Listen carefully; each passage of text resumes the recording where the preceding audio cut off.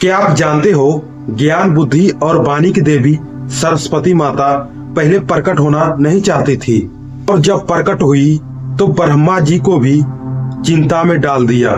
नमस्कार दोस्तों, आज मैं आपको सुनाने जा रहा हूँ माता सरस्वती की सच्ची पौराणिक कहानी, जो हमें सिखाती है कि ज्ञान के बिना खुद के लिए भी विनाश का कारण बन सकते हैं हम।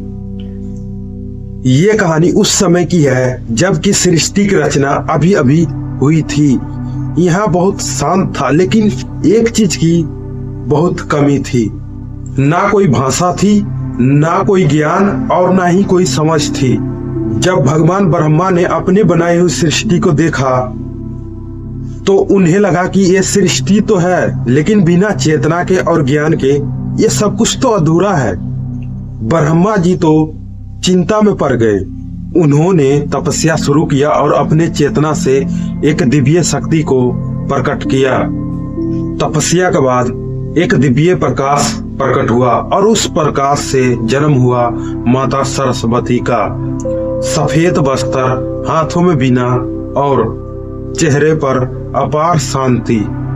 लेकिन जैसे ही माता सरस्वती ने सृष्टि को देखा तो अचानक से रुक गए और उन्होंने कहा, यह सृष्टि ज्ञान पाने योग्य नहीं है, क्योंकि यह सृष्टि ज्ञान का सही उपयोग नहीं करेगा। ये सुनकर ब्रह्मा जी चौंक गए।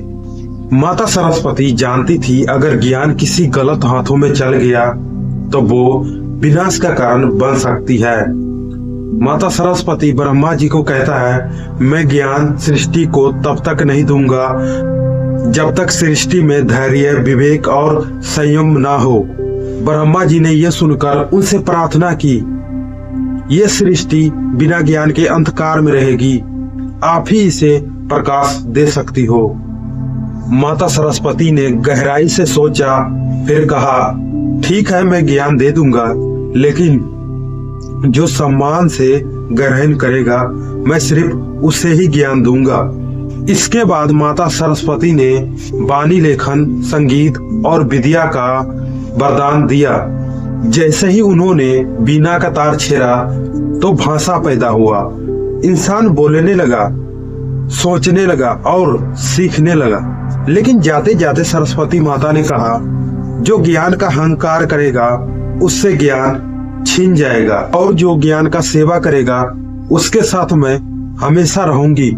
यही कारण है दोस्तों कि जिसमें घमंड होता है वो सदा ही भटक जाता है, और जिसमें सीखने का भाव होता है उसे हमेशा मार्ग मिलता है।